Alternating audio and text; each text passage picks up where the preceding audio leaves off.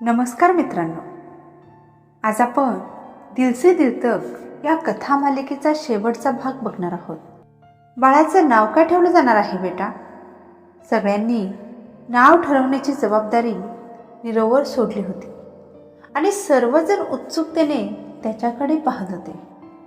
नीरवने तांदळाने भरलेल्या ताटात 3 वेळा अविरा हे नाव लिहिले. हे नाव पाहून सर्वांना खूप आवडले.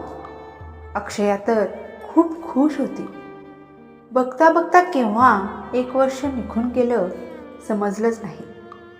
अविराची लहान लहान पावलं संपूर्ण घरात दुडूदुडू धावत होती.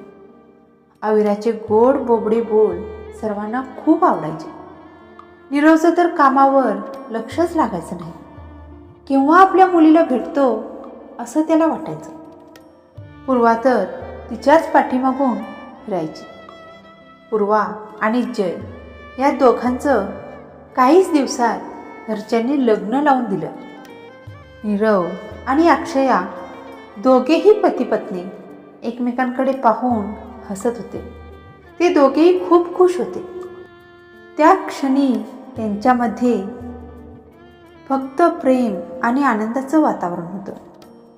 अक्षया नेहमी मस्करीत म्हणायची, तुला माझ्यापेक्षा आपल्या मुलीवरच जास्त प्रेम झाले ना, म्हणूनच आता तू माझी फारशी काळजी घेत नाहीस. जेव्हा जेव्हा अक्षया अशी तक्रार करायची तेव्हा नीरव तिला हसत जवळ बोलवायचा, तिला समजावून घ्यायचा आणि तिची नाराजी लगेच दूर व्हायची. तो आपल्या मुलीचा आणि पत्नीचा दोघींचाही तितक्याच प्रेमाने सांभाळ करत होता.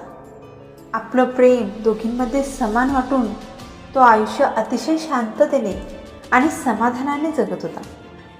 आता प्रत्येकाचं आयुष्य सुख आणि आनंदाने भरून गेलं होतं. नीरव आणि अक्षया आपली मुलगी अविरा आणि घरच्यांच्या सोबत एक परिपूर्ण कुटुंबाचं सुख अनुभवत होते. पूर्वा आणि जयही आपल्या छोट्याशा जगात आनंदाने रमले होते. कल्पना आणि मनीषा आपल्या मुली, सुना, नातवंड आणि जावई यांच्यासोबत जीवनाचा आनंद घेत होत्या. सर्वांचं आयुष्य आनंदाने उजळून निघालं होतं आणि प्रत्येक दिवस एक नवीन हसू घेऊन येत होता. जय आपल्या आयुष्याचा पूर्णपणे आनंद घेत होता. नीरवही आपल्या प्रेमाची जाणीव करून देत अतिशय आनंदाने आयुष्य जगत होता. तो आपल्या मुलीची आणि अक्षयाची दोघींचीही खूप काळजी घेत होता. चला, आपण हीच प्रार्थना करूया की त्यांचं आयुष्य असं सदैव आनंदी आणि सुखी राहो. या कथेच्या सुरुवातीपासून शेवटपर्यंत ज्या प्रत्येक वाचकाने या कथेला प्रेम दिलं त्या सर्वांचे मनापासून आभार. मला आशा आहे की माझ्या इतर कथांनाही तुम्ही असंच भरभरून प्रेम द्याल. लवकरच मी एका नव्या कथेसह पुन्हा भेटायला येईन. माझी ही कथा तुम्हाला कशी वाटली हे एखाद्या छोट्याशा कमेंटमध्ये नक्की कळवा. मला खूप आनंद होईल. एकदा पुन्हा मनापासून धन्यवाद.